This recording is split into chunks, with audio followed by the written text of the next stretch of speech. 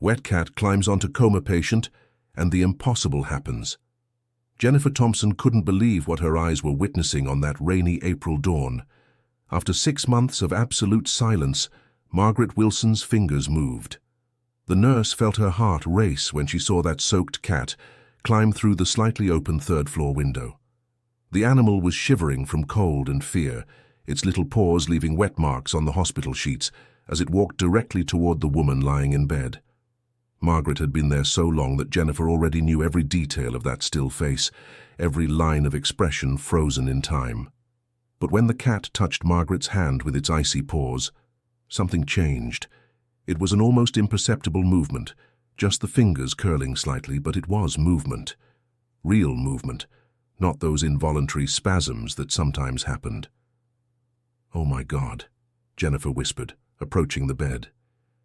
The cat meowed, a low, mournful sound as if asking for something. Its yellowish eyes fixed on Margaret's face, and it curled up on her chest, still trembling. The machine monitoring the heartbeat started beeping differently. It wasn't the emergency alarm, but a change in the pattern that Jennifer knew so well. She ran out of the room, her footsteps echoing in the empty night shift hallway. The night shift was always quieter at 3 in the morning, just the constant hum of equipment and the occasional squeak of a gurney being pushed. She found the on-call doctor drinking coffee in the staff room, his eyes tired from being awake for more than 20 hours. "Dr. Richard, you need to see," said Jennifer, breathless. "The patient in room 418. She moved. Richard Miller looked up with that expression of someone who had heard many false hopes over the years. He was only 35, but his neurology residency had aged him prematurely. He set his cup aside and followed her, more out of protocol than real expectation. When they entered the room, the cat was still there, now lying completely on Margaret's chest. The animal raised its head upon seeing them, its eyes alert despite visible exhaustion. "How did this creature get in here?" asked Richard, approaching. "Through the window, but doctor, look at the monitors." Richard analyzed the screens, his expression changing subtly. He took the flashlight from his pocket and tested Margaret's reflexes, checked her blood pressure, examined her reactions. The cat watched his every move with almost human attention. "They were just involuntary reflexes," he said finally. "The autonomic nervous system sometimes. But I saw it, doctor." She moved her fingers when the cat touched her. "Jennifer, you know how this works. Patients in a persistent vegetative state can exhibit reflex movements. It doesn't mean consciousness." He looked at the cat with disapproval. "And this animal needs to leave. How many times do I have to reinforce hygiene protocols?" The cat meowed again, a louder sound this time, almost a protest. And then it happened. Margaret's hand moved again, this time clearly seeking to touch the animal's fur. It wasn't a spasm. It was an intentional movement, slow but deliberate. Richard froze, watching. Margaret's hand rested on the cat's back, and her fingers made a movement that could be interpreted as a caress. "This isn't normal," he admitted, grabbing his clipboard. "I'll order new tests. But the cat still needs to leave." "Doctor, what if—" "Jennifer, these are coincidences. You know that." But deep in his eyes, she saw the doubt.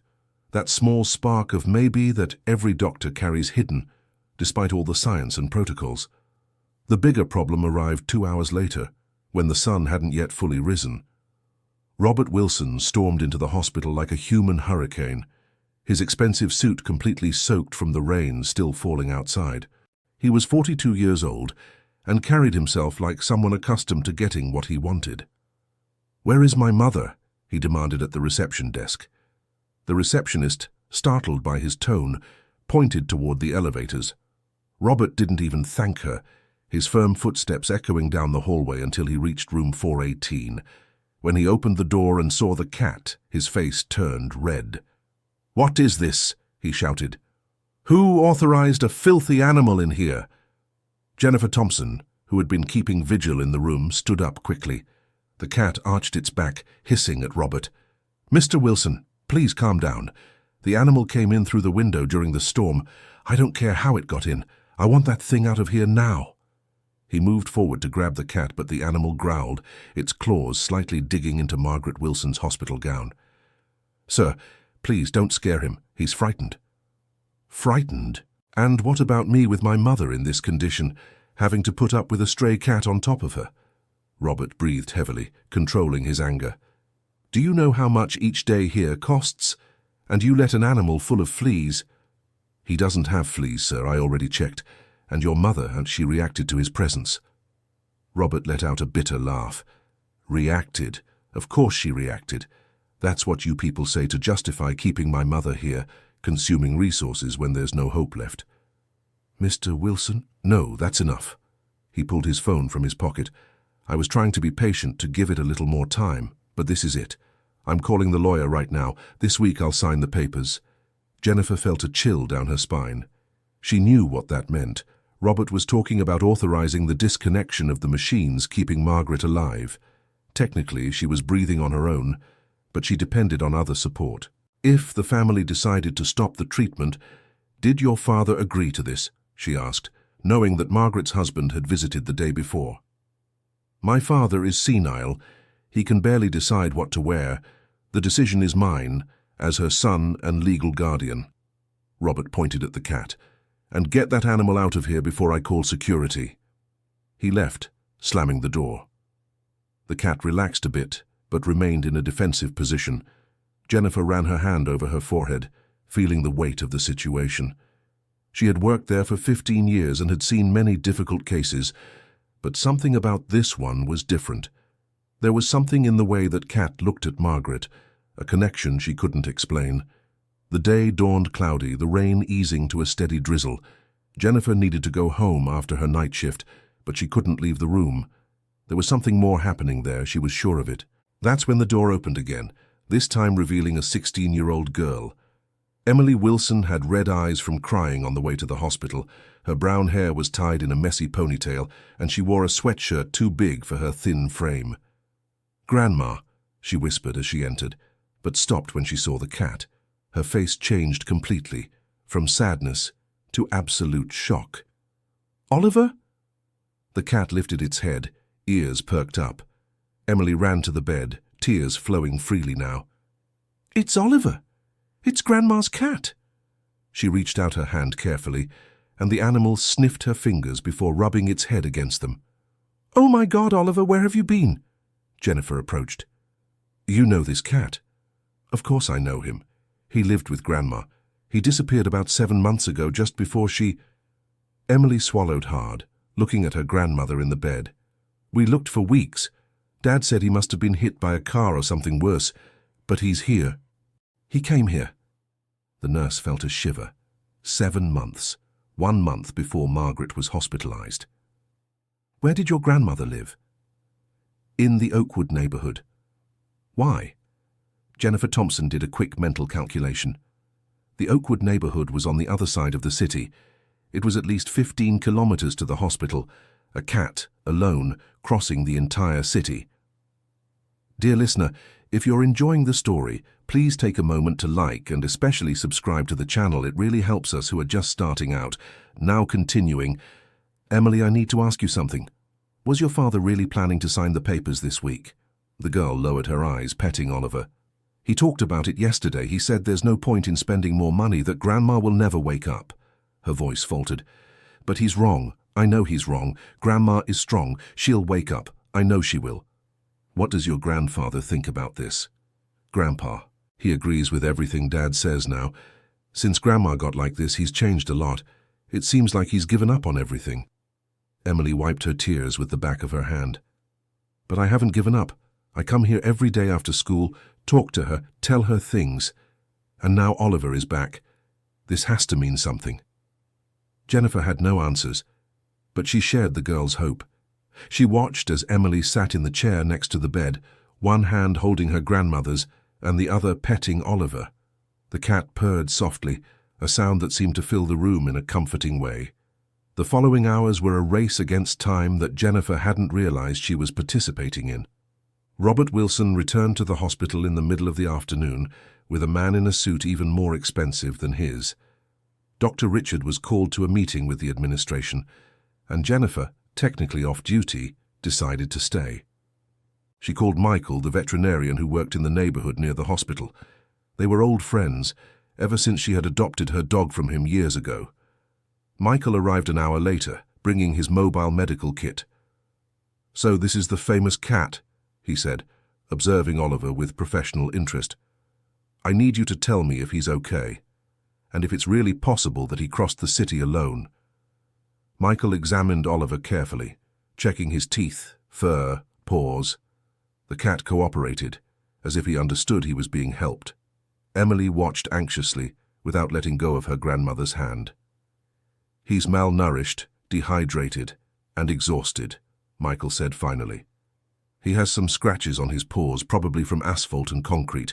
From the wear, I'd say he really walked a lot. Days, maybe weeks." He looked at Jennifer.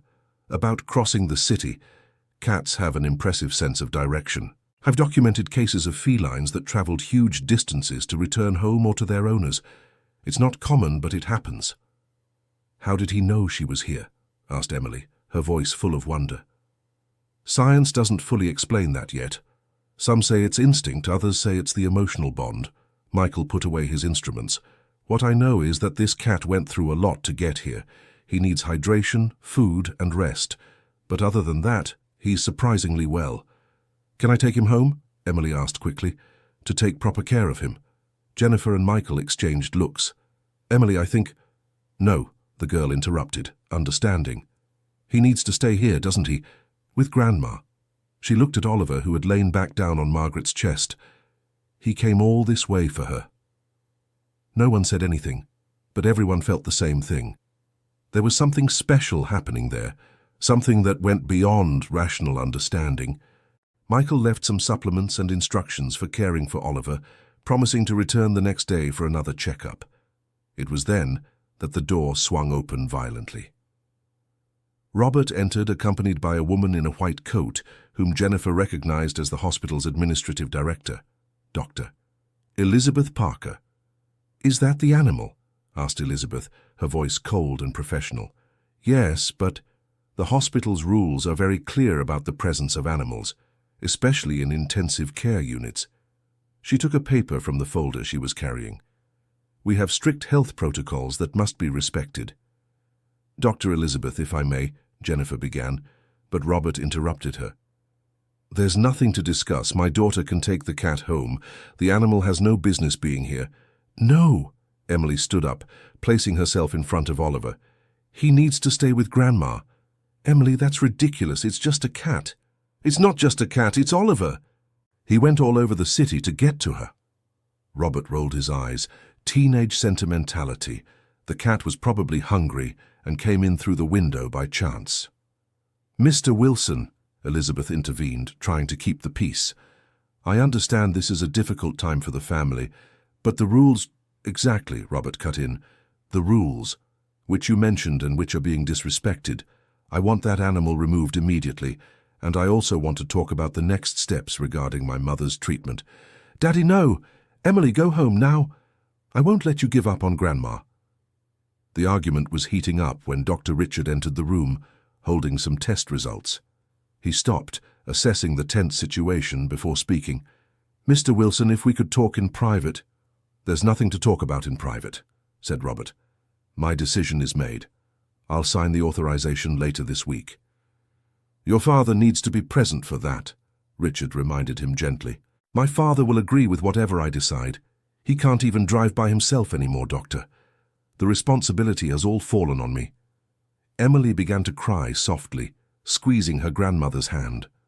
Oliver meowed, a sad sound that seemed to echo the girl's suffering. And then it happened again. Margaret's heart monitor changed its pattern. It wasn't an alarm, but an acceleration, as if her heart was responding to the emotional stress in the room. Everyone looked at the screens. Richard quickly approached, checking the vital signs. Margaret's blood pressure had also risen. Not much, not dangerously, but enough to be noticeable. "Interesting," murmured the doctor. "What's interesting?" asked Robert, impatient. "Her reactions, they're not random." Richard pointed to the graph on the screen. "Look here. When your daughter was crying, the heart rate increased. When the cat meowed, there was another spike. This suggests—" "Suggests what?" "That my mother can hear. Please, doctor. It's been 6 months of nothing. 6 months of false hope. I understand your frustration, Mr. Wilson, but these are signs we can't ignore. The presence of the cat seems to be causing responses we haven't seen before. So you're saying I should let a dirty cat stay in the hospital because of coincidences on a monitor? Daddy, it's not just that. Emily pointed at Oliver. Look at him. Look at how Grandma seems more, I don't know, more present. Robert looked at his mother in the bed, the cat curled up on her chest. For the first time, his stern expression wavered slightly. But then he shook his head, hardening again. No, this is crazy. Dr. Elizabeth, please arrange for the animal's removal. Elizabeth looked at Richard, who discreetly shook his head no. She sighed, caught between protocols and the possibility of something extraordinary happening. Mr. Wilson, how about a compromise? She suggested. We can allow the cat to stay for another 48 hours under veterinary supervision while we monitor your mother's reactions. If there are no significant changes, he will be removed. Does that sound reasonable to you? Robert clearly didn't like the idea, but saw he was being put in a difficult position in front of the medical team. 48 hours, not a minute more, and if anything goes wrong, I'll sue this hospital. He left, slamming the door again. Elizabeth looked at Jennifer with an expression that clearly said she had just put her reputation at risk. Richard went back to the monitors, taking notes. I'll order an MRI, he said, and an EEG. I want to see if there are changes in her brain activity. Emily dried her tears, a small smile of relief on her face. Thank you, she said to everyone in the room. Jennifer finally went home 2 hours later, exhausted but unable to forget what she had seen. She lived alone in a small but cozy apartment, her dog Buddy greeting her enthusiastically at the door. While preparing food for him, she couldn't stop thinking about Oliver and Margaret. There was something there. It wasn't just false hope or a desire to believe in miracles. It was medical observation, it was facts. Margaret was responding to stimuli that previously made no difference, and the timing of the cat's appearance was impossible to be just a coincidence. She called Richard after dinner. He answered on the 3rd ring, sounding as tired as she felt. Jennifer, I thought you were resting. I can't stop thinking about the case. Me neither. She heard him sigh. I scheduled the tests for early tomorrow. I want to see if there's any change in her brain structure. Prolonged coma cases are complex. Sometimes there's spontaneous recovery, but it's rare, very rare. What if the cat is really important for her recovery? There's no scientific basis for that, Jennifer. You know that as well as I do. But what if there's something science doesn't understand yet? Silence on the other end. Then Richard answered, with an unusual honesty for him. Then we'll find out in the next 2 days, but we can't create false hopes for the family, especially for the girl. She's already suffering too much. Jennifer agreed and hung up, but couldn't sleep well that night.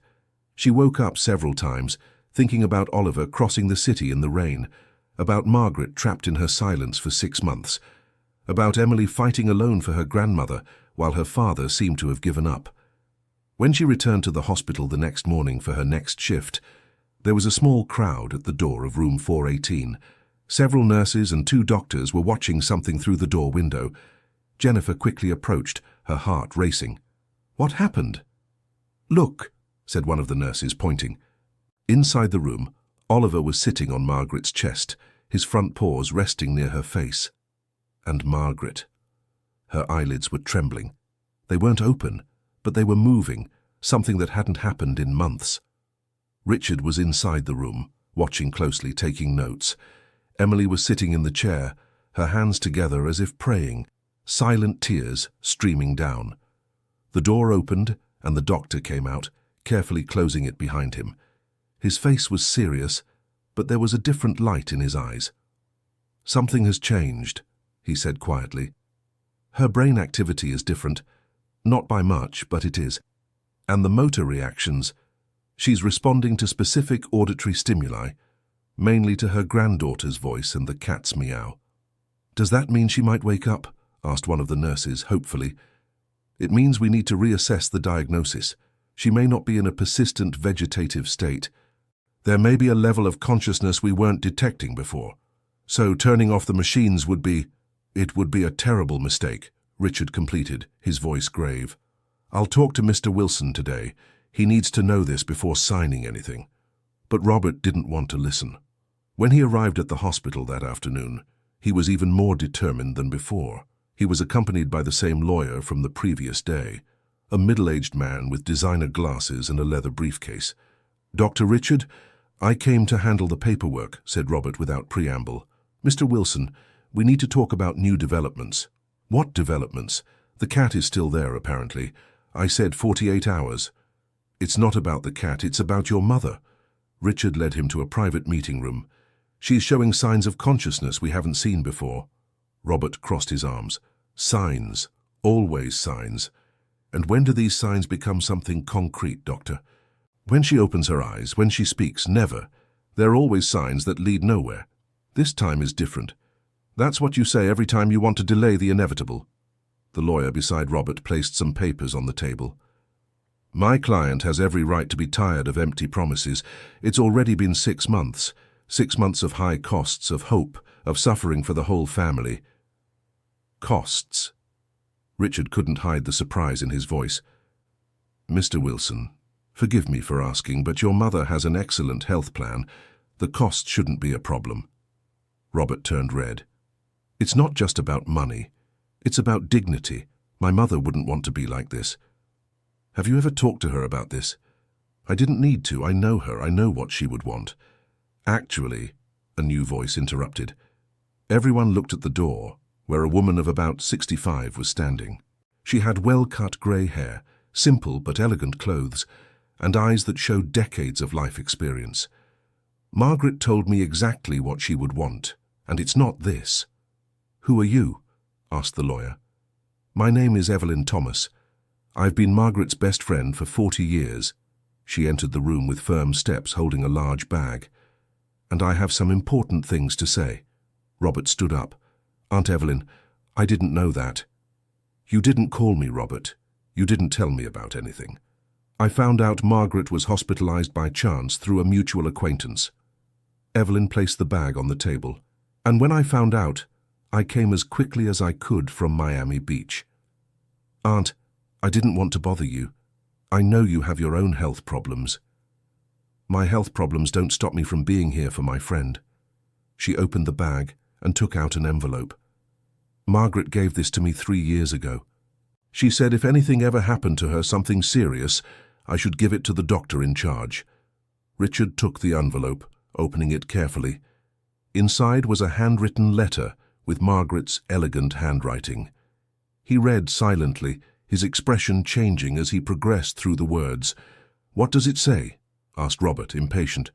"She says she wants every possible measure taken to keep her alive, that she believes in recovery, in miracles, in second chances."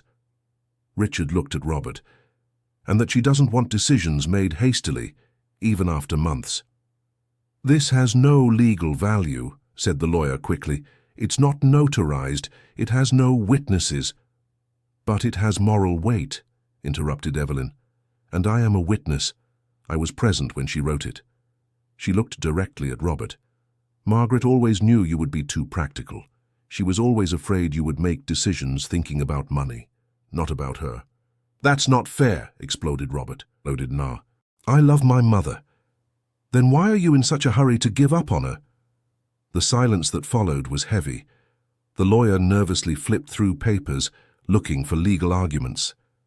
Richard reread the letter. Robert looked at the floor, his jaw tense. "Aunt Evelyn," he said finally, his voice lower, "you don't understand. You're not here every day, seeing her like this. You have no idea how hard it is." "You're right, I don't. But I know who does. Emily. Your daughter comes here every day, talks to her grandmother, takes care of her, believes in her." Evelyn moved closer to Robert. "And if you'd paid more attention to your daughter than to your financial problems, you'd know that." Robert looked up, surprised. "How do you know about—" "Margaret told me everything. Your debts, your bad investments, your gambling problems." Evelyn spared no details. "She's been worried about you for years. And now I understand why you were so quick with this talk of turning off machines. It's about the inheritance, isn't it? That's absurd. Is it? Then why did you already sell her apartment without legal authorization? The bomb dropped in the room like a lightning strike. Robert paled. The lawyer beside him quickly closed his briefcase. I needed the money. It was an emergency. What emergency justifies selling your mother's house while she's in a coma? Pressed Evelyn. I need to pay for the treatment, the costs. The health insurance covers everything, Richard reminded him. You confirmed that yourself at admission. Robert had no answer. He looked at the lawyer, who discreetly shook his head, indicating he couldn't help him at that moment. The truth was revealing itself right there, in front of everyone. Mr. Wilson, said Richard calmly but firmly, I suggest you resolve your personal matters before making any decisions regarding your mother. And from what I've just learned, there may be legal implications regarding the sale of that property. Legal implications? Robert tried to maintain his composure. Margaret was legally competent when she gave you power of attorney, but selling properties without her explicit consent while she's incapacitated, well, there are precedents where this was considered embezzlement. The lawyer stood up. Robert, I think it's best we leave now. I agree, said Evelyn, and while you're leaving, I'm going to meet this miracle cat I've heard so much about. Robert and his lawyer quickly left, leaving behind a room full of unresolved tension. Richard carefully put away the letter, while Evelyn retrieved her purse. Thank you for coming, Mrs. Evelyn, said the doctor. I should have come sooner, but Margaret was always stubborn. She didn't want anyone worrying about her. Evelyn wiped away a tear that escaped. Now take me to her. I need to see my friend. When they entered room 418, Emily was there, as always. She looked up when she saw Evelyn, confused at first, but then recognizing her grandmother's friend from the photos Margaret always showed. Aunt Evelyn, she said, surprised. Emily, my dear, how you've grown. Evelyn hugged her tightly. Your grandmother always spoke of you with so much pride. You came to save Grandma from Dad, didn't you? Asked Emily, with wisdom beyond her years. I came to do what's right. Evelyn approached the bed, looking at Margaret with tears in her eyes. Oh, my friend, what a situation you've gotten yourself into. Oliver lifted his head from Margaret's chest, observing the new person. Evelyn slowly extended her hand, letting the cat sniff her. He accepted the contact, rubbing his head against her fingers. So, this is Oliver. Margaret always talked so much about this cat. When he disappeared, she was devastated. She called me crying, saying she felt like she'd lost a piece of her soul. Evelyn stroked Oliver's fur. How did you get here, Kitty? As if answering, Oliver meowed softly and lay back down on Margaret. Evelyn sat in the other chair, taking her friend's free hand. Margaret, my old friend, I know you're in there, I know you can hear me, and I want you to know I won't let your son mess things up. You'll have time to recover, to come back, to find your way back to us. Her voice faltered a little. I know you've never given up on anything in your life. Now isn't the time to start. And then, to the shock of everyone in the room, Margaret moved her fingers. It wasn't a reflex movement. It was clear, deliberate, lightly squeezing Evelyn's hand. The heart monitor sped up again, but this time in a more controlled way. She squeezed me, whispered Evelyn, tears flowing freely now. Margaret squeezed my hand. Dr. Richard approached immediately, checking the monitors. Brain activity is increasing. He pressed the button to call other nurses. We need more tests, now. The next few hours were a whirlwind of activity. Margaret was taken for an urgent MRI. Oliver had to stay in the room, dying of worry, pacing back and forth by the empty bed. Emily and Evelyn waited anxiously in the hallway. When the results came, Dr. Richard studied them with growing attention. He called other neurologists for consultation. There were technical discussions, notes on brain images, debates about protocols. Finally, he came out to speak with Evelyn and Emily. The results are encouraging, he began, choosing his words carefully. Margaret's brain injury is recovering. Slowly, but it is. What we weren't seeing in the previous exams is now evident. There's formation of new neural connections, what we call neuroplasticity. What does that mean? Asked Emily, hopeful. It means there's a real possibility of recovery. I can't guarantee to what extent or how long it will take, but she's not as far gone as we thought." "And the cat?" asked Evelyn. "Does it have to do with his appearance?" Dr. Richard hesitated. "Scientifically, I can't make that connection. But chronologically, yes, the most significant improvements began after the animal's arrival. It could be a coincidence. It could be that the emotional bond is stimulating areas of the brain that were dormant. We simply don't know." "Then he needs to stay," stated Emily. "That's going to be a problem. The 48-hour deadline is almost up, and the administration is pushing to remove the animal. But if he's helping—" "Emily, unfortunately, hospitals have rules, and those rules exist for good reasons. Infection control, other patients' allergies, liability issues." Dr. Richard sighed. "I'll do what I can, but I can't promise anything." Meanwhile, in another part of the hospital, Robert was having a very different conversation. He was in the parking lot, sitting in his expensive car talking on the phone with someone who clearly wasn't making him happy. "I know I'm behind on the payments, I know." His voice was tense, desperate. "But I'll get the money. I just need a little more time." The voice on the other end was inaudible, but from Robert's face it wasn't good news. "No, don't do that, please. Just a few more days, I'll fix this." Pause. "How will I fix it? My mother—" He stopped, as if suddenly aware of what he was about to say. "I'll figure it out." He hung up and hit his hands on the steering wheel, frustrated. He sat there for several minutes, his breathing heavy, his mind clearly working on some plan. When he finally got out of the car and went back inside the hospital, there was something different in his expression, a cold determination that wasn't there before. He went straight to Margaret's room. Emily had stepped out for a few minutes to go to the bathroom, and Evelyn was talking with Jennifer in the hallway. The room was momentarily empty, except for Margaret in the bed and Oliver by her side. Robert entered, closing the door behind him. He approached the bed, looking at his mother with a complex expression, a mixture of love, guilt, and desperation. "Mom," he whispered, "I'm sorry. I'm sorry for everything. For the mistakes, for the debts, for selling your apartment." He took a deep breath. "But I need this money. I need it now. And if you wake up, you'll forgive me. I know you will. You've always forgiven me." Oliver growled softly, his fur bristling. Robert looked at the cat with dislike. "And you? Damn animal. If you hadn't shown up, this would already be settled." He reached out his hand, as if to grab Oliver and force him away. But then something extraordinary happened. Margaret opened her eyes. Not completely, not with clear focus, but she opened them. And her pupils, dilated and confused, moved until they found Robert's face. He froze, his hand still outstretched, absolute shock written on his face. "Mom?" His voice came out as a whisper. Margaret's lips moved, trying to form words. No sound came out, but the movement was unmistakable. She was trying to speak.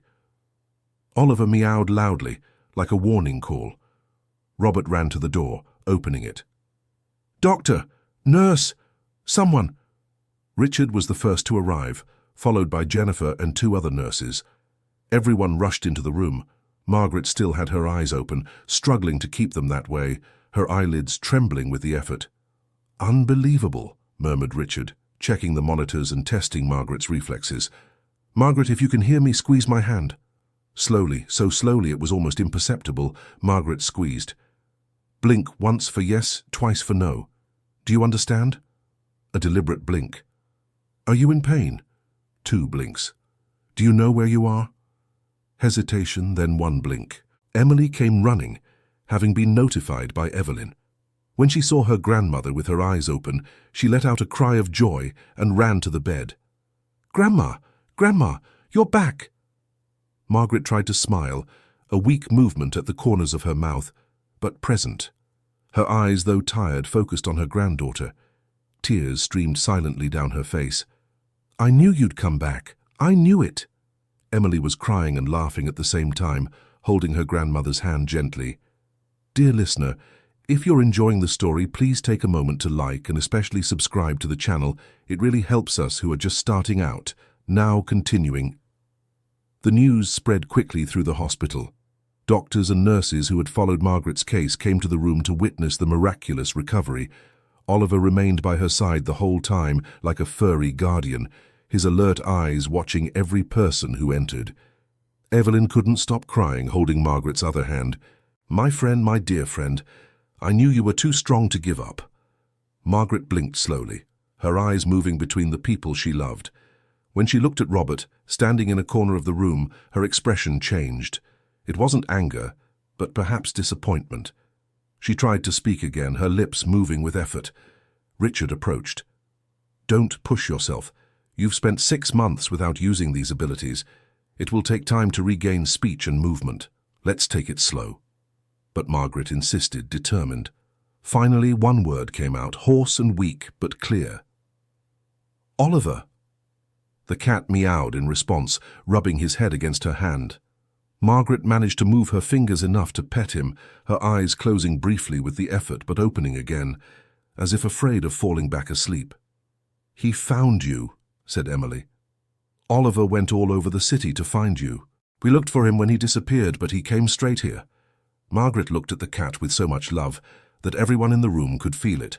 It was a bond that went beyond normal understanding, something deep and real. And then she tried to speak again, directing her gaze at Robert. "You—" Robert approached hesitantly. "Mum, I— sold—" The word was hard to get out. "House." The silence that followed was heavy. Everyone present understood that Margaret knew. Somehow, even in a coma, she had sensed it, stored that information. "I can explain," Robert began, but Margaret closed her eyes, too tired for that conversation at that moment. Dr. Richard asked everyone to leave, except for Jennifer and another nurse. Margaret needed to rest, and overstimulation wasn't good for someone coming out of a prolonged coma. Emily hesitated but obeyed, promising to return shortly. In the hallway, the reality of what had happened began to sink in. Robert was leaning against the wall, his head down. Evelyn was beside Emily, both still processing the miraculous recovery. "She knows," said Robert, more to himself than to the others. "How does she know?" "People in comas can often hear what happens around them," explained Dr. Richard. "Not always, and they don't always remember, but it's possible. Did you discuss the sale of the apartment near her?" Robert swallowed hard. "A few times. On the phone. In the room. I didn't think she could hear." "Well, you should have thought," said Evelyn coldly. "Margaret has always been attentive to everything. Even while sleeping, she was there. I'll return the money. I'll find a way to fix this." "You certainly will," affirmed Evelyn. "And you'll start by being honest about what's going on, your debts, your problems. If you want to fix things with your mother, the truth is the only way." Robert nodded, defeated but perhaps relieved not to have to pretend anymore. He looked at Emily, who was watching him with an expression hard to read. "I'm sorry, my daughter. Sorry for giving up on your grandmother, for putting money before family." "It's not me you need to apologize to," replied Emily. "It's to Grandma, when she's strong enough to hear it." In the following hours, Margaret continued to show signs of improvement. Her eyes remained open for increasingly longer periods. She began to move her fingers with more control, then her whole hand. The doctors were impressed by the speed of the recovery, something they hadn't expected to see in someone who had been in a coma for so long. Oliver refused to leave the room. Every time someone tried to take him out for cleaning or feeding, he huffed and snuggled closer to Margaret. They ended up bringing food and water to him right there, and Michael, the veterinarian, made regular visits to check on his health. "It's remarkable," said Michael to Jennifer during one of these visits. "The dedication of this animal. I've seen dogs do things like this, but cats are usually more independent. The bond between him and Margaret must be extraordinary." "How do you think he found her?" asked Jennifer. 15 kilometers across the city. He didn't even know she was here. There are studies about that. Some scientists believe that certain animals can sense when their owners are in danger or need them. Others say it's smell or some kind of sense of direction. Michael petted Oliver. "But I prefer to believe it's something simpler. Love. Pure and simple love." That night, when the hospital was quieter, Emily returned to the room. She had convinced the nurse on duty to let her stay a little longer, even though it was outside visiting hours. She sat beside her grandmother, who was sleeping peacefully for the first time in a long time, Oliver curled up in the crook of her arm. "Grandma," whispered Emily, "I never lost hope. Not for a second. Not. Everyone said it was foolish, that I should accept reality. Even Grandpa stopped coming, you know. I think it hurt him too much to see you like that. But I couldn't give up. I couldn't leave you alone." Margaret opened her eyes slowly, focusing on her granddaughter. A small smile touched her lips. "Thank you," she managed to whisper, the word coming out clearer this time. "For what?" "For believing." Emily held her grandmother's hand, tears streaming down. "I'll always believe in you. Always. And, Oliver. He's right here. He won't leave your side even if they paid him." Margaret looked at the cat, who lazily opened one eye upon hearing his name. "Good, Kitty." They stayed like that for a while in comfortable silence until Emily had to leave so as not to worry her grandfather. But before leaving, she turned once more. "Grandma, about Dad. He was wrong, very wrong. But I think he's scared. I don't know of what exactly, but he is. And scared people do stupid things." Margaret nodded slightly, already understanding more than Emily thought. The following days were of steady recovery. Margaret began to speak in short phrases, though still with difficulty. She started moving her arms, then her legs. Physical therapy began gently, simple exercises to reactivate muscles that hadn't been used for months.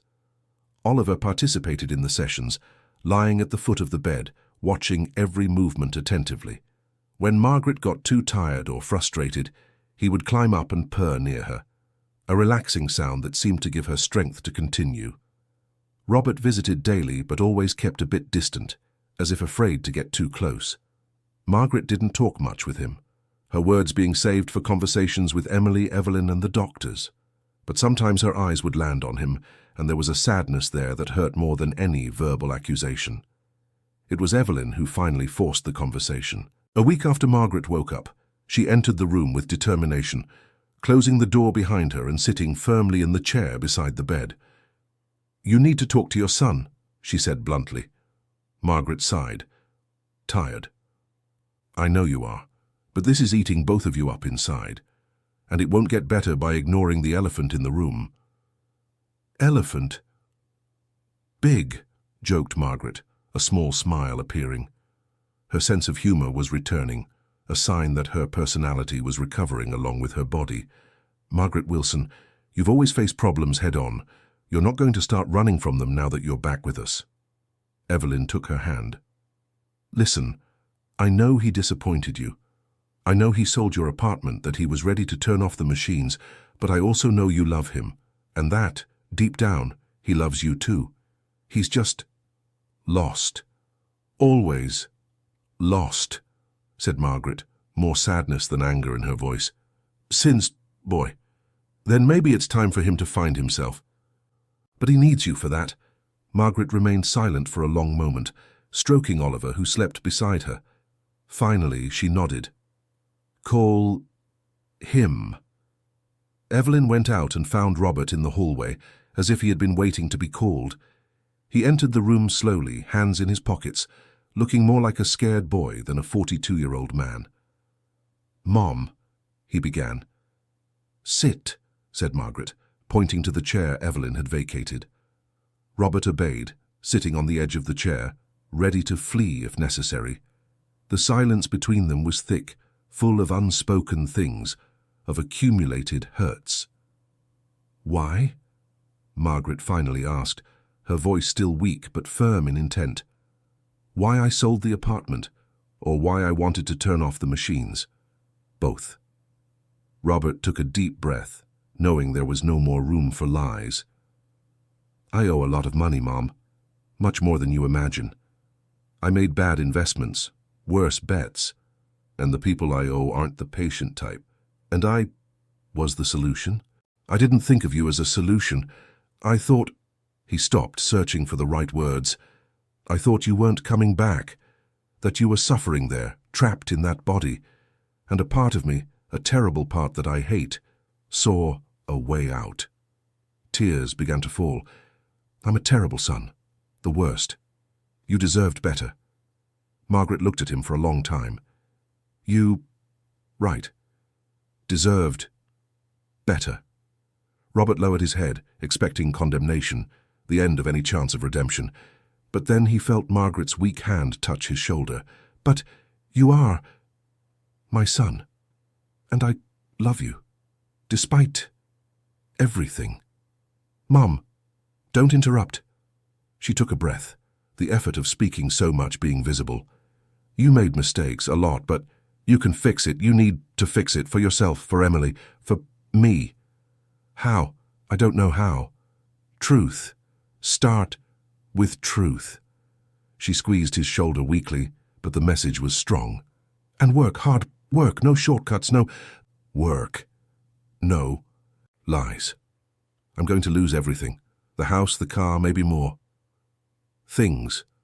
Margaret shrugged, the movement costing effort. "Just things. Family isn't a thing." Robert cried then, cried like he hadn't since he was a child, all the pressure and fear and guilt coming out in tears. Margaret let him cry, her hand remaining on his shoulder, a silent comfort that said more than 1,000 words. When he finally calmed down, Margaret spoke again. "Sold. The apartment. But the city has others. Smaller. Cheaper." She smiled slightly. "And maybe better this way. Too big. For me alone. You, Emily, and me. We can start over." "Are you saying you want me and Emily to live with you?" "Family needs to stay together in difficult times." It was an offer of peace, of a new beginning, and Robert knew he didn't deserve it, but he also knew he wouldn't refuse it. He nodded, wiping away the tears. "I will fix everything, Mum, I promise." "Promises easy. Actions hard. I want actions." "You will have them." After this conversation, something changed in Robert. He started showing up earlier, staying longer. He talked with the doctors, participated in the physical therapy sessions, encouraged Margaret. He brought documents about the sale of the apartment, explaining every detail, showing where the money had gone. Evelyn helped him contact a financial advisor, someone who could help him organize his debts and create a realistic payment plan. It wouldn't be easy and it would take years, but it was possible. And more importantly, it was honest. Emily watched everything with cautious hope, wanting to believe in her father's change, but also protecting her heart from more disappointment. Margaret also watched, saying little but noticing every small progress, every sign that perhaps her son was finally growing up. Meanwhile, Oliver continued his dedicated vigil. Michael, the veterinarian, was fascinated by the cat's behavior and began documenting the case. Other research institutions showed interest in studying the bond between Margaret and Oliver, but she politely refused. That wasn't for study. It was simply love. The hospital administration finally resolved the cat issue in a creative way. They officially registered Oliver as an emotional support animal, a category that allowed his presence under special circumstances. He received a certificate, a special collar, and even a small bed in the corner of the room. 2 weeks after waking up, Margaret managed to sit up in bed without help for the first time. It was a moment of celebration, with Emily, Robert, Evelyn, and several medical team members present. Oliver supervised everything from his position on the pillow, purring proudly. "Next step?" Margaret asked Richard. "Next step is to try to stand, but not today. Slowly, remember." Margaret rolled her eyes, a gesture that made everyone laugh.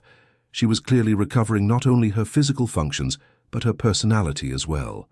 Dear listener, if you are enjoying the story, take a moment to like and especially subscribe to the channel. It really helps us who are just starting out now continuing. That night, after everyone had left, Margaret lay awake thinking. So much time had passed since she had been conscious of herself, of the world around her. 6 months of darkness, not complete but hazy. Distant voices, vague sensations, and always that feeling of being trapped, of wanting to scream but not being able to. She remembered Robert talking about turning off machines. She remembered the desperation of not being able to protest, to scream no that she was still there.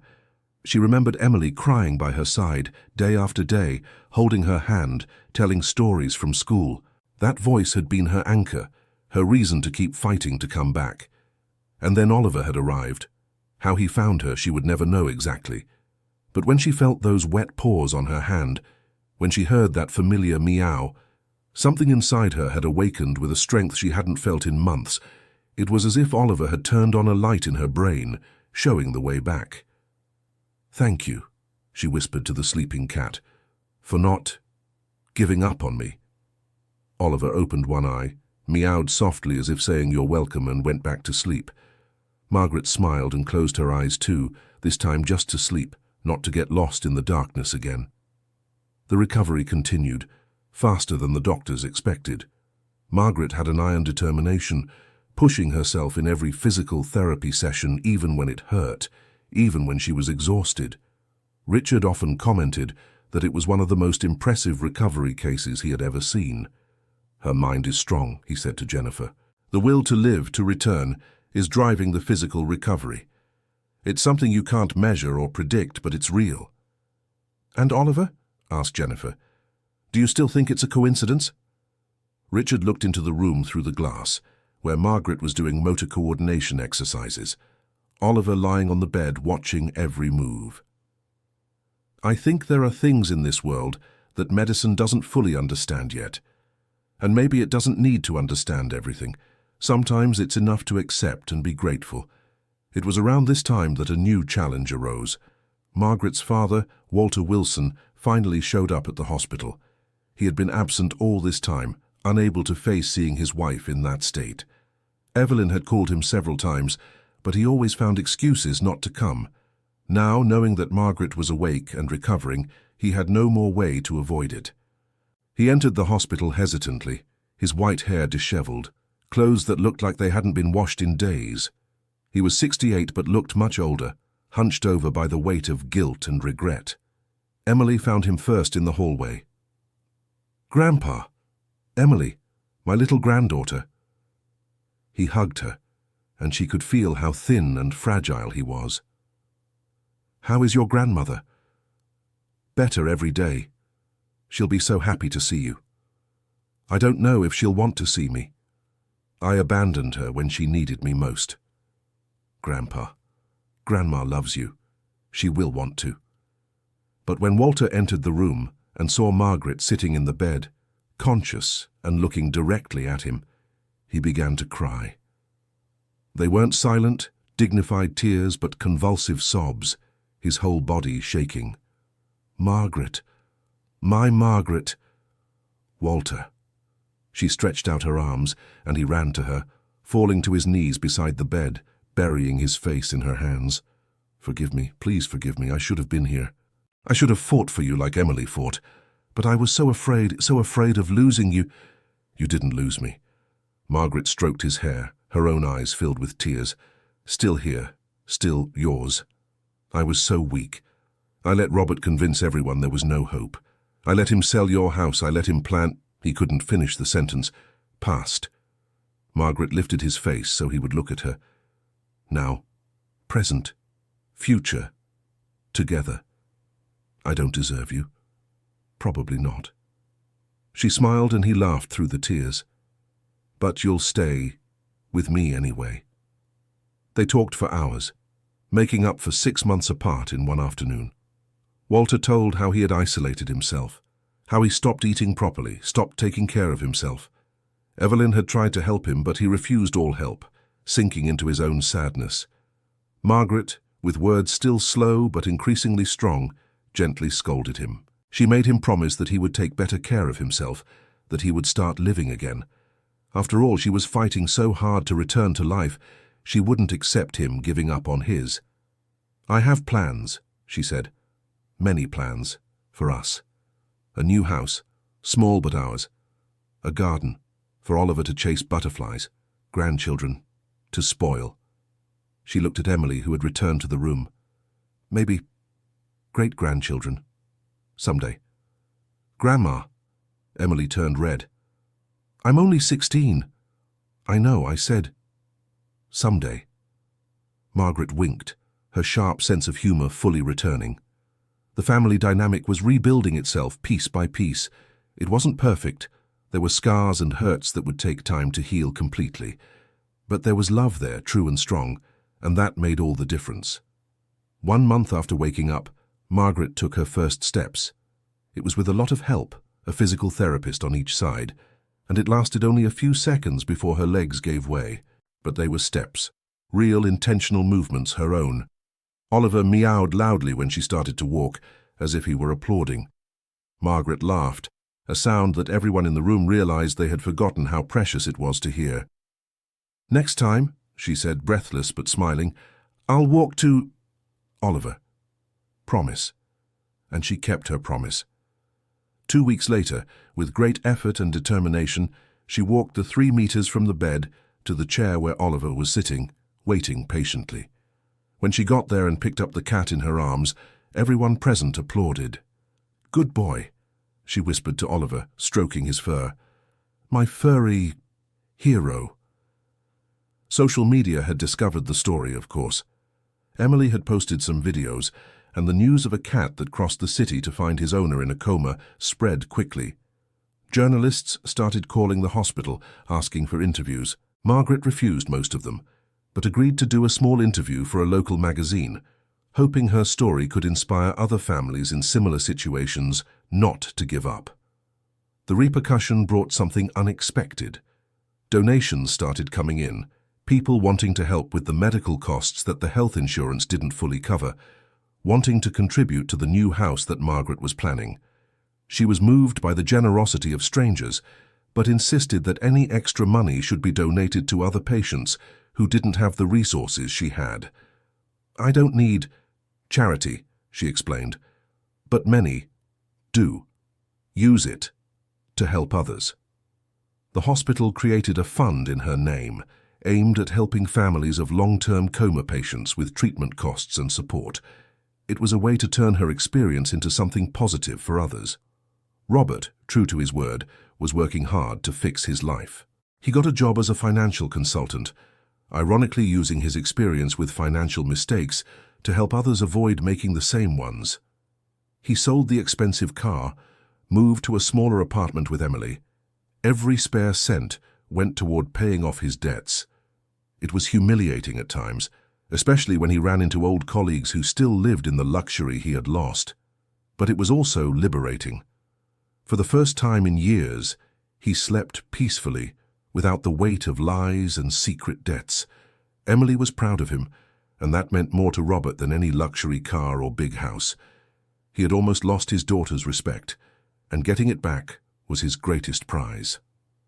Daddy, she said one night, as they ate instant noodles in the small apartment. I know it's not easy, all of this, but I wanted you to know that I'm proud of you. Robert felt tears sting his eyes. Thank you, daughter. That means everything to me. And you know what else? Grandma is proud too. Proud, she told me. She did? She did. That you're finally growing up. That it took 42 years, but better late than never. Emily smiled. And she was smiling when she said it, so it wasn't entirely serious. Robert laughed, imagining his mother saying exactly that. She always knew how to give both scoldings and encouragement at the same time. 2 months after waking up, Margaret was discharged from the hospital. It was a day of celebration, with all the medical team who cared for her coming to say goodbye. Jennifer, who had been there from the start, cried as she hugged her. "You're a fighter," said the nurse.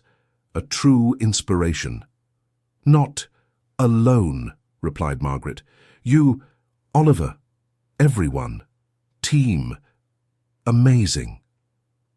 Dr. Richard came last, bringing a small gift. It was a framed photo from the day Margaret took her first steps, with Oliver watching in the background. "So you don't forget where you came from," he said, "and how far you've come." "I'll never forget." Margaret held the photo carefully. "You saved my life. Oliver, brought me back, but you kept me alive." The wheelchair was waiting at the exit, but Margaret insisted on walking to the car. Slowly, supported by Walter on one side and Robert on the other, she crossed the hospital lobby. Each step was a victory, every meter proof that giving up is never the answer. Oliver was in a carrier that Emily was carrying. He meowed complainingly, never having liked being confined, but tolerating it because he was going where Margaret was going. "Soon, soon," Margaret said to him through the carrier's bars. "Home. New. Our home." They had found a small house in a quiet neighborhood, not too far from where Margaret lived before. 2 bedrooms, a small backyard, perfect for starting over. Walter and Robert had spent the last week preparing everything, painting walls, fixing what needed to be fixed, making the place a home. Emily had decorated Margaret's room with old photos, memories of better times and promises of even better times to come. There was a special corner for Oliver, with his favorite bed, scratching post and toys. When they arrived at the house, Margaret stopped in front, looking at it with tears in her eyes. It wasn't big, it wasn't luxurious, but it was theirs. A new beginning, built on the ashes of what was almost lost. "Home," she said simply. Oliver was let out of the carrier as soon as they entered, and he immediately began exploring every corner, marking territory, investigating. Emily followed him, laughing at his feline curiosity. Margaret sat on the couch, Walter by her side, Robert in the armchair opposite. For a moment they just sat there in silence, appreciating being together, being alive, being home. "You know," Walter finally said, "I was thinking, we could start a garden in the backyard. You always loved gardening." "Roses," Margaret replied immediately, "and jasmine. And maybe as tomatoes, always wanted to plant tomatoes. Then tomatoes we'll have." He kissed her forehead. "Anything you want. Just want you all, family, together, healthy, happy." "We'll have that too," Robert promised. "I guarantee it." The following months were about adaptation and growth. Margaret continued her physical therapy at a clinic near home, pushing herself a little more each day. Her speech became more fluent, her movements more coordinated. Some days were harder than others, but she never gave up. Oliver was her constant shadow. He followed her from room to room, slept at the foot of her bed, sat beside her when she watched television. He seemed afraid that if she were out of his sight, she would disappear again. Walter returned to taking care of himself, motivated by Margaret's recovery. He started walking in the morning, improved his diet, and even resumed his old hobby of woodworking, building small projects in the backyard. Robert continued working hard, his debts gradually decreasing. He rebuilt his relationship with Emily, now based on honesty and mutual respect. He visited Margaret regularly, sometimes just to sit and talk, sometimes to help with repairs around the house. Evelyn became a constant presence too, visiting every week, bringing cakes and stories. She and Margaret spent hours talking, rekindling decades of friendship, planning future trips when Margaret was fully recovered. Life wasn't perfect. Margaret still had bad days when her body didn't cooperate as she wanted, when frustration overwhelmed her. Robert still struggled financially, some months tighter than others. Emily had her own teenage battles, school and friendships and discoveries, but they were battles they faced together now, as a family, supporting each other, being honest about their difficulties, celebrating their victories. 6 months after leaving the hospital, Margaret walked without help for the first time. It was just to the kitchen and back, but she did it on her own without support. Walter, who was making coffee, nearly spilled everything when he saw her. "Margaret, I know." She was grinning from ear to ear. "I did it." They danced in the kitchen, an awkward and emotional hug, while Oliver watched from his perch on the window, his tail wagging contentedly. It was around this time that Emily began investigating something that had been on her mind since the day Oliver appeared at the hospital. How exactly had he found Margaret? She knew he had crossed the city, but what had been his path? With the help of some school friends and a lot of online research, she began tracking possible routes. She talked to people from the neighborhoods Oliver might have passed through, posted on social media asking for information, and gradually a story emerged. A woman remembered giving food to a brown cat that seemed lost a few months ago. A man recalled seeing the same cat sleeping in front of a bakery for several days. A child talked about a kitten that meowed at her window in the morning, as if asking for directions. Emily marked each point on a map. Oliver hadn't come directly from Margaret's old apartment to the hospital. He had stopped, rested, received help from kind strangers. He had unknowingly created a support network, small acts of kindness from people who saw an animal in need. "Grandma," she said one afternoon, showing the map with all the marked points, "look at the path Oliver took. It wasn't just him. Dozens of people helped, each one a little bit." Margaret studied the map, moved. So much kindness. They didn't know him. They didn't know me. But they helped. People are good deep down. They just need a reason to show it.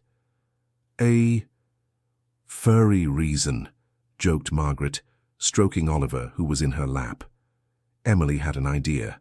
With Evelyn's help, she organized a small event to thank all the people who had helped Oliver on his journey. They managed to contact most of them through social media and scheduled a meeting at the neighborhood park. It was a beautiful Saturday afternoon. Margaret was nervous but excited, wearing one of the dresses Walter said she looked prettiest in. Oliver was in his carrier again, complaining but present. One by one the people arrived. The woman who had given food, the man from the bakery, the child with her mother, a delivery driver who remembered seeing Oliver drinking water from a puddle on the street, an elderly couple who had sheltered him from the rain for one night in their open garage. "You saved him," said Margaret, tears streaming. "Without knowing, saved my life too."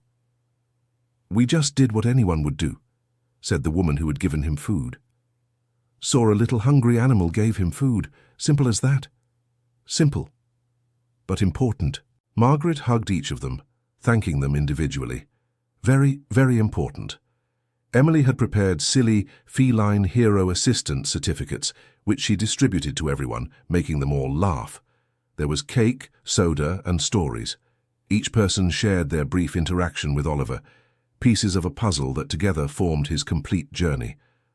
Oliver was let out of the box and walked among the people, rubbing against each person's legs, as if personally thanking them. The children present loved it, asking to pet the hero cat.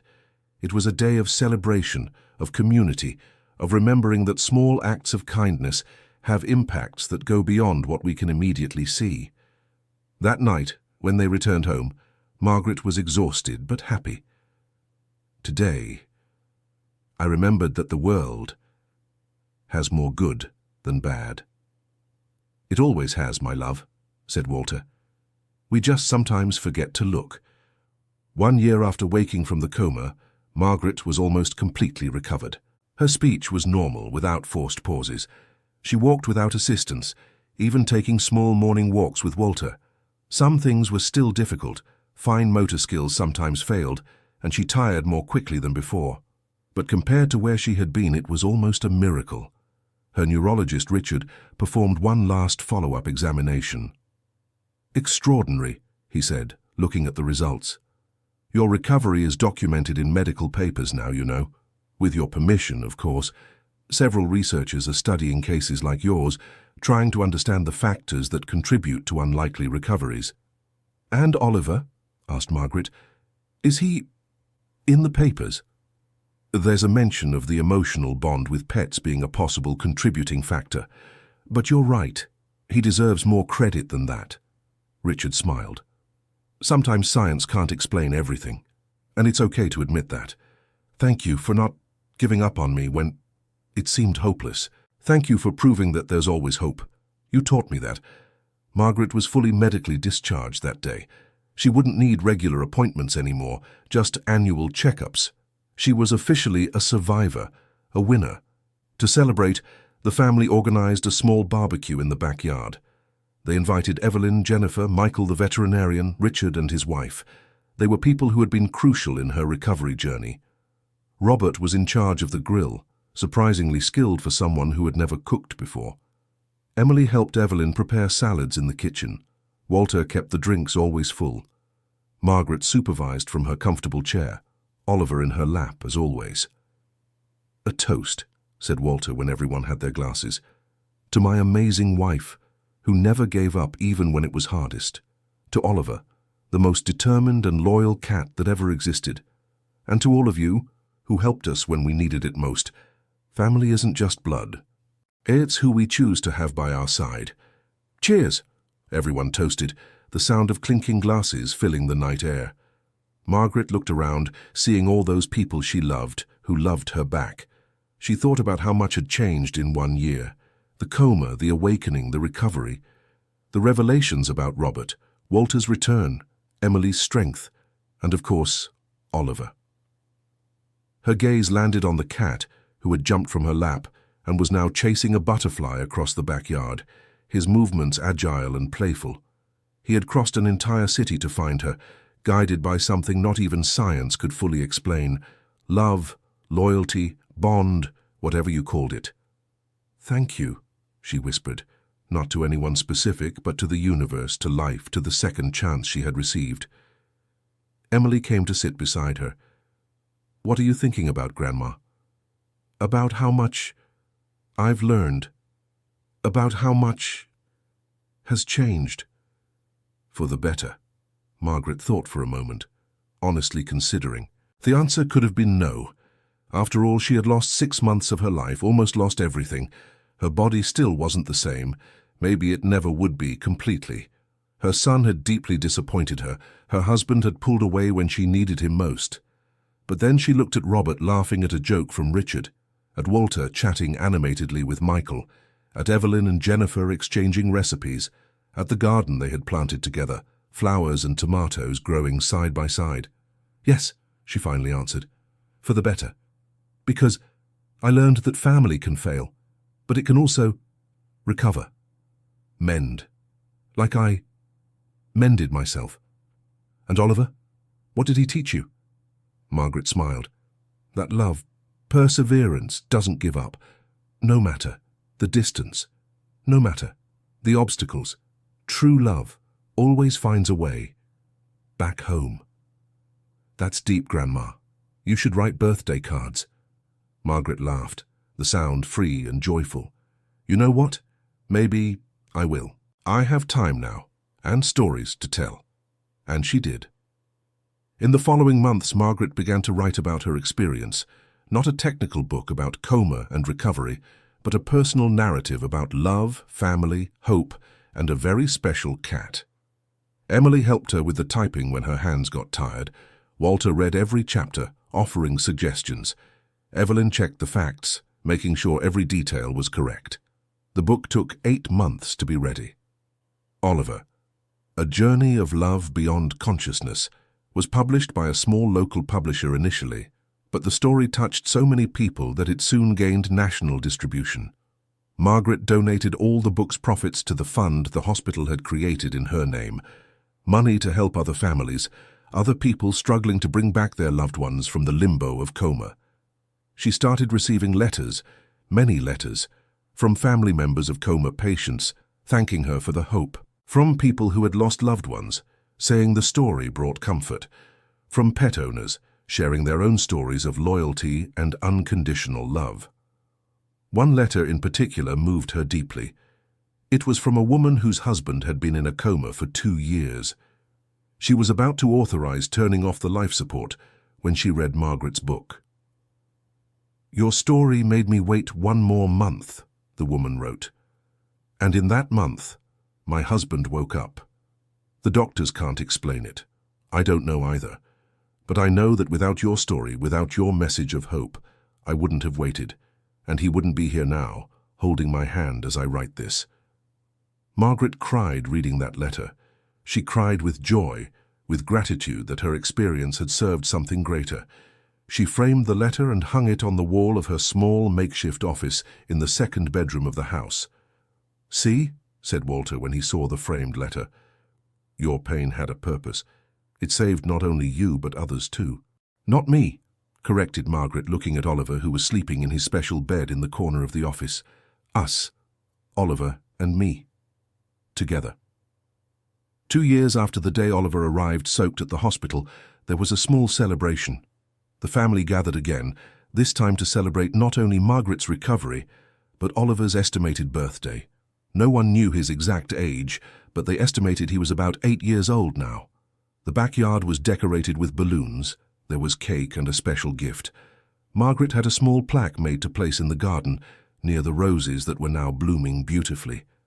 The sign read, "Oliver's Garden, in honor of a love that knows no distance."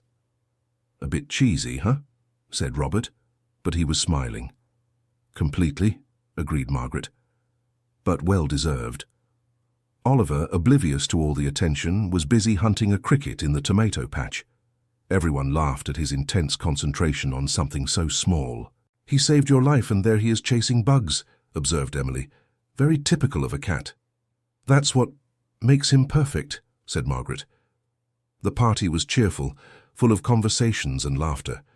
Richard brought news that 3 more long-term coma patients at the hospital had woken up in recent months, all with significant improvements after PET interventions. The hospital was studying ways to expand the therapeutic animal program.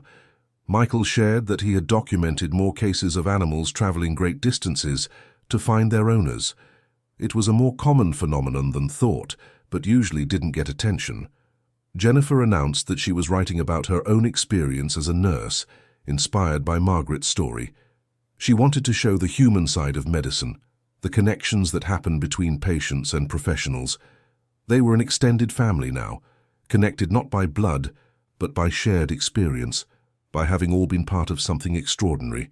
When night fell and the guests left, Margaret stayed in the garden a little longer. Walter was putting things away, Robert and Emily washing dishes inside. Oliver came to sit beside her, purring softly. "Do you know you're special?" she asked the cat. "That you did something no one expected?" Oliver meowed, as if saying that for him it was just what had to be done. "I almost didn't come back, you know. I was so far away, so lost." She stroked his soft fur. "But you called me back. I don't know how, but I know it was you. Your presence, your love, gave me a reason to fight." The cat rubbed against her leg, and Margaret picked him up. They stayed like that for a while, under the stars, in comfortable silence. They didn't need words. The bond between them was beyond language, beyond explanation. "Shall we go in?" called Walter from the door. "It's getting cold." "I'm coming, just 1 more minute." But Walter came to join her, bringing a blanket that he put over her shoulders. He sat beside her, the 3 of them together on the garden bench. "Happy?" he asked. Margaret thought carefully before answering. Happy, grateful, lucky, and wiser than before. "What did you learn?" "That time is a gift, not a guarantee. That family is a daily choice. That love sometimes comes in the form of a soaked cat climbing onto you, when you least expect it." Walter laughed. "That last part is pretty specific, but true." She looked at him. "And I learned that it's never too late. To fix things, to forgive, to start over." "I love you," he said simply. "I know, and I love you too, always." They finally went inside, Oliver trotting ahead like the leader of a 3-person parade. The house was warm and cozy, full of laughter coming from the kitchen where Robert was telling a story to Emily while they finished the dishes. It was a simple, everyday domestic scene, but for Margaret, who had spent 6 months trapped in a silent body, it was everything. It was life, real and full and precious. That night, before bed, Margaret wrote in her diary, a habit she had developed since starting her recovery. "Today we celebrated Oliver and all that he represents. We celebrated life, second chances, and the power of love in its most unexpected forms. 2 years since he arrived, wet and scared, but determined. And I woke up, scared and confused, but equally determined. Together we found our way back. Together we proved that miracles happen. Not always the way we expect, and not always when we want. But they happen. And when they do happen, they change everything." She closed the journal and turned off the light, Oliver already curled up at the foot of the bed. Walter was snoring softly beside her. Outside, the world kept turning. But inside, in this small house with its garden of roses and tomatoes, was her peace, her home, her family. And as sleep carried her away, Margaret smiled. She had fought so hard to come back, and it had been worth every second. Because this life, with all its imperfections and challenges, was beautiful. It was hers. It was real. And it had been saved by wet paws and a persistent meow on a rainy April night. End of story. Now tell us, what did you think of this touching story? Do you believe animals can truly sense when their owners need them? Leave your honest opinion here in the comments. We love reading every one of your messages. If you enjoyed this story of love and overcoming, don't forget to leave your like and subscribe to the channel so you don't miss other stories that will touch your heart. Thank you so much for your company up to here.